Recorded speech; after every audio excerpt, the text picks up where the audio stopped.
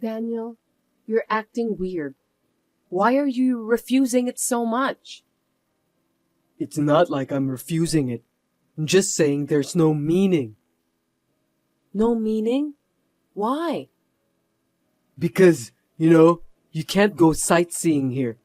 You're just going to look into my room and see how messy it is, or look in my fridge and see what I'm eating, and check everything, right? You don't have time to do touristy things like eating local food or seeing the famous tower.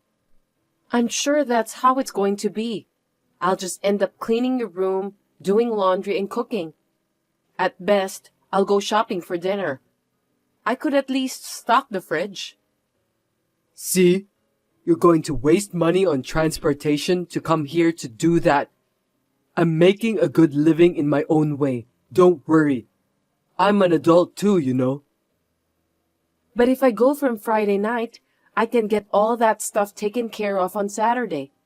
Then on Sunday, we can walk around the town and go home at night. I'd love to do something date-like once in a while.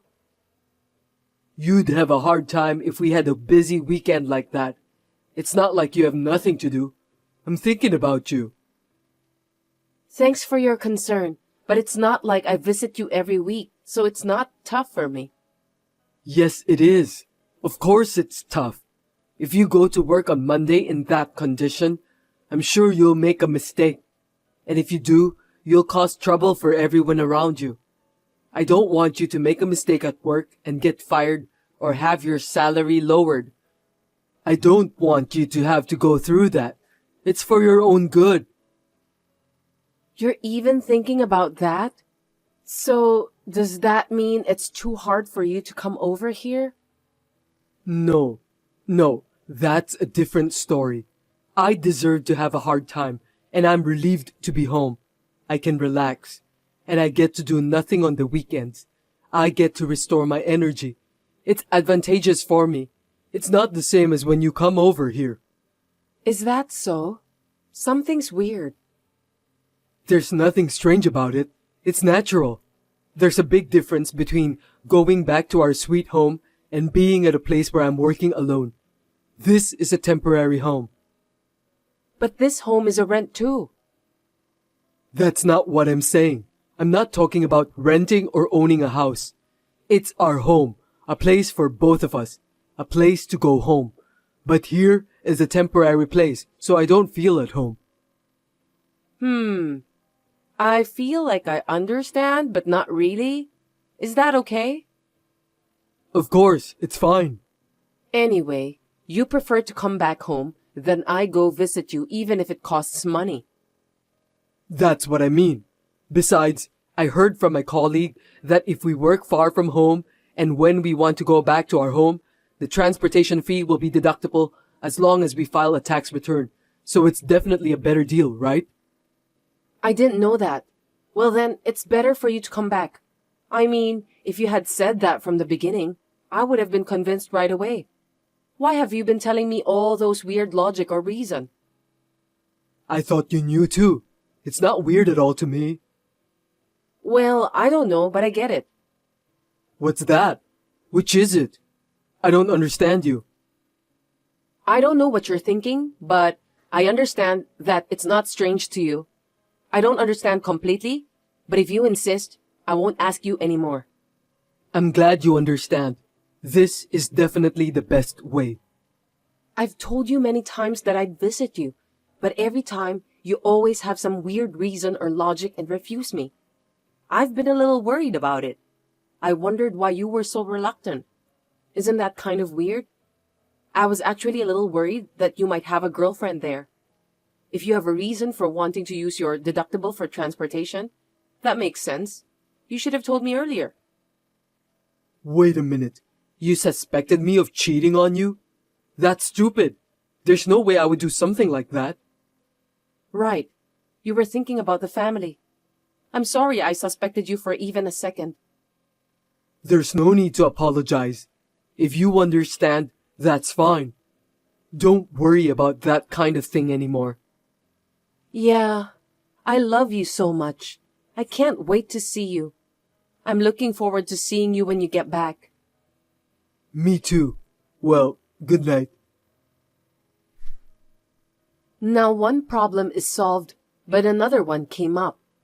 Before Daniel went off to work away from home, we were considering buying an apartment.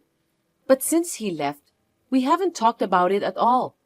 I wanted to discuss what we should do, so I asked him about it, but it turned into a fight.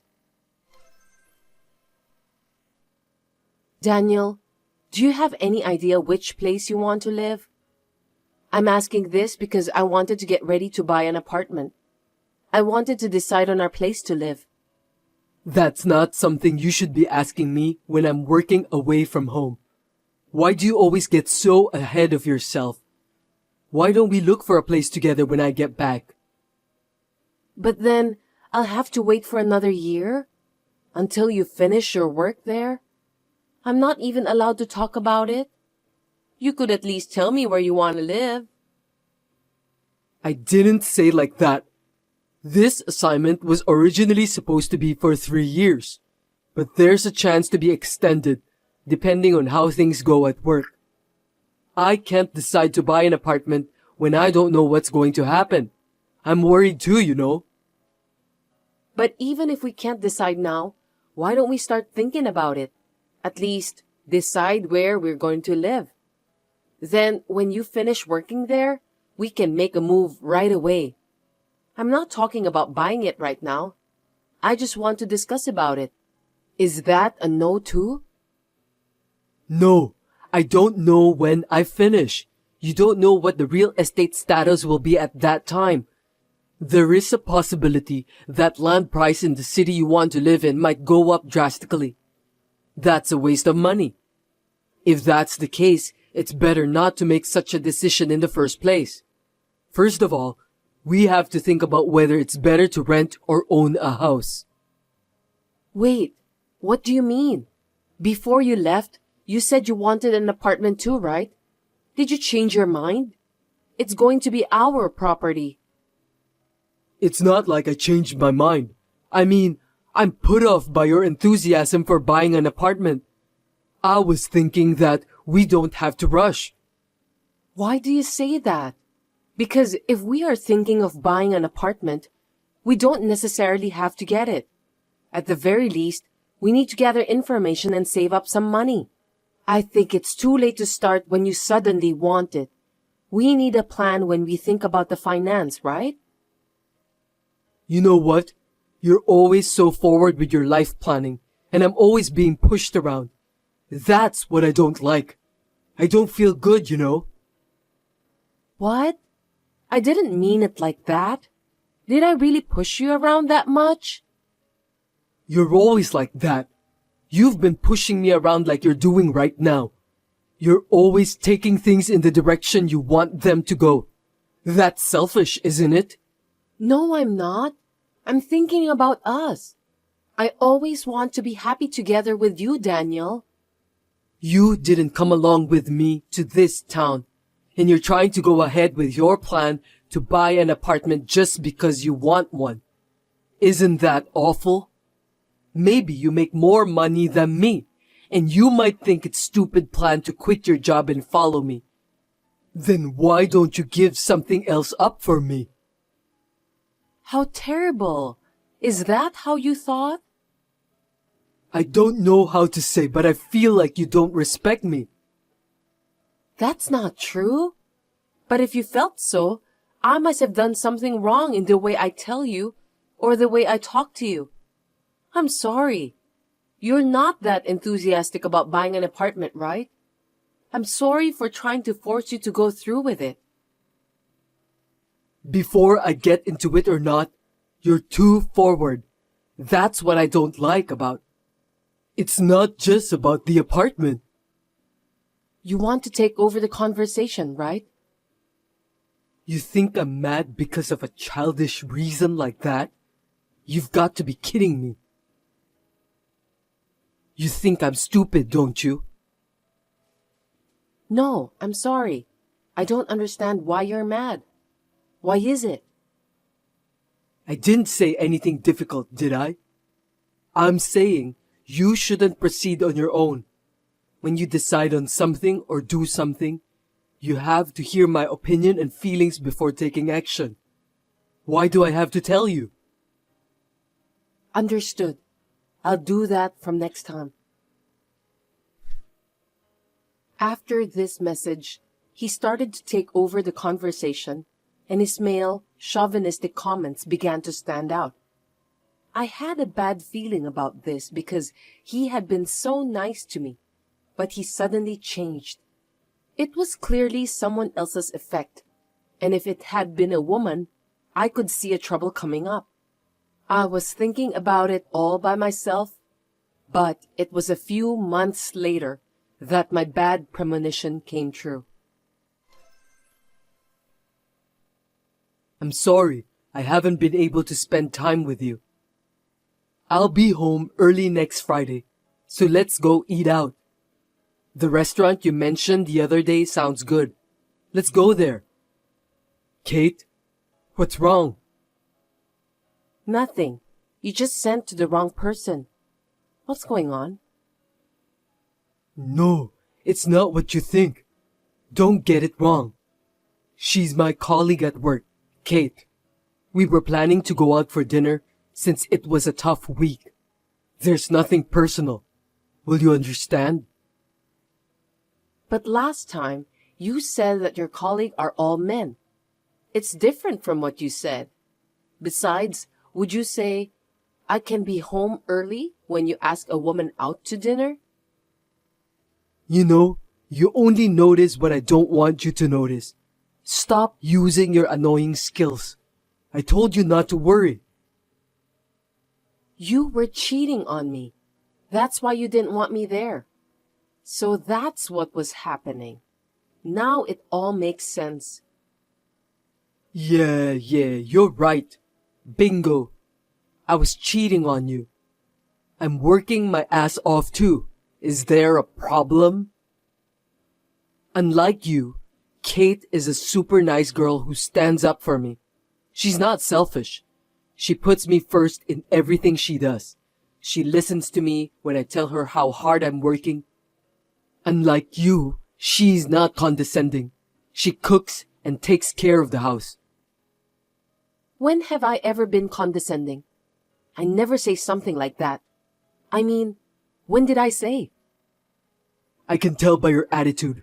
The attitude. I work too, but I'm doing all this housework-ish attitude. You should notice that. That's not true. It's not right for you to say that. When I came home tired, I often didn't cook, did I? Remember when I said, sorry, I bought some food today? I never did something condescending, did I? Really? Well, I felt so. You were giving me a bad vibe. Maybe that girl Kate told you something about me. She kept telling you bad things about working wives and you believed her. You're so naive. You've got to be kidding me. Kate is not that kind of woman. She works to support her sick parents and earn money for her brother's tuition. There aren't any girls like that nowadays. Daniel, do you believe that? Of course I do. Unlike you, she doesn't work just for herself. She's a good girl, isn't she? I'm not just working for me. I'm working for both of us. I don't know if I can believe that. You can't believe me, but you can believe this girl? I think it's very suspicious. But I did my best to save up the down payment for our future apartment. You didn't put any money in our shared savings account, though. I never once urged you to save money either, did I? I have put in at least $2,000 in savings. Are you making fun of me? That's enough. I can't talk to you. I hate your attitude, so it's only natural that I cheat on you. We're getting divorced. I'll take half of your property, $150,000. Understood? Give me a break. The next week, I received a response regarding the divorce, so I turned it in. It all happened so suddenly. I didn't really feel the end, but being mentioned by my parents and friends, I could finally feel the sadness and loss. I moved out of my room and went to live near my work. One day, I received a message from Daniel. Hey, answer the phone. Are you kidding me? What is that $2,000 you transferred? We had a shared bank account for the apartment purchase, right? I returned the money you transferred into that account. You put $2,000, right? $2,000 is not enough. I told you I'd get $150,000 for the half of the savings and property division, right? I know you had a fund of $300,000 to buy an apartment. Now that we're divorced, we have to split it 50-50 as property division. So transfer the $150,000 to me. Aren't you misunderstanding? I don't have any money to give you. You can't play dumb with me. The money you saved when we were married is ours. So even if you saved it yourself, you have to share it with me. You can't pocket the money. Huh? You don't know anything? What? Well, $200,000 is the one I saved when I was single, and my parents gave me $20,000 4 times a year, so that makes $80,000. The remaining $20,000 is what I saved after we got married. So, the only joint property is the last $20,000. And the other $280,000? The property before marriage and the property that was given as a gift are called separate estate. They're not subject to property division. That's a lie. That's not what I heard. What are you talking about? It's money I worked so hard to save. Do you have any idea how much I studied investing? I don't know what Kate told you about me, but what I just said is not a lie. By the way, the remaining $20,000 is going to be used as child support. Do you understand? Your property is zero. Did you forget about the agreement? Seriously? What am I supposed to do? I'm broke. She didn't have enough money to start a business, and she was limited on how much loan she can take out. So I borrowed $30,000 on her behalf. Even if her business doesn't succeed, I thought we still have $150,000 from you. So I thought I'd have no problem at all. But no. What should I do? I don't know. Don't ask me. I can't help you. Sarah, I'm sorry. My bad. I'll apologize as many times as I have to. I'll get down on my knees or whatever. So, can I pay the child support in installment? Please? Huh? Do you mean you'll pay them in installments later? So you want about $5,000 for now as a division of property? Yes. $5,000 or $3,000 is fine. I'm begging you. I'm having a harder time paying off the debt than I thought. Please, help me. Please have mercy since we were a family. Huh? Don't be silly. Unlike me, she puts you first, right? Then shouldn't you tell about this to her first? I'm sorry I was so horrible to you at the time. I'm sorry. I was tricked by her. I'm sure you were. When she withdrew the money from my account, she changed her attitude and became cold. Now I lost contact with her. I was an idiot. I'm sorry. No matter how much you apologize, there's no way I can feel sorry for you. You deserve it. You said you couldn't trust me. Why should I do favors for someone who says things like that? I'm not that kind. You desired to take control and made the decision you wanted to make. You'll have to take the responsibility for your own actions until the end. Well then, bye. According to the story from his colleague, Daniel was too busy paying off his debts, so he gambled to get a lot of money. It was never going to work out, but as a result of further debts, I assume he had no choice. He quit his job and disappeared. He got what he deserved. On the other hand, I was dating a man who was introduced by my friend, and he proposed to me. We are having a fun time talking about marriage preparations and buying an apartment.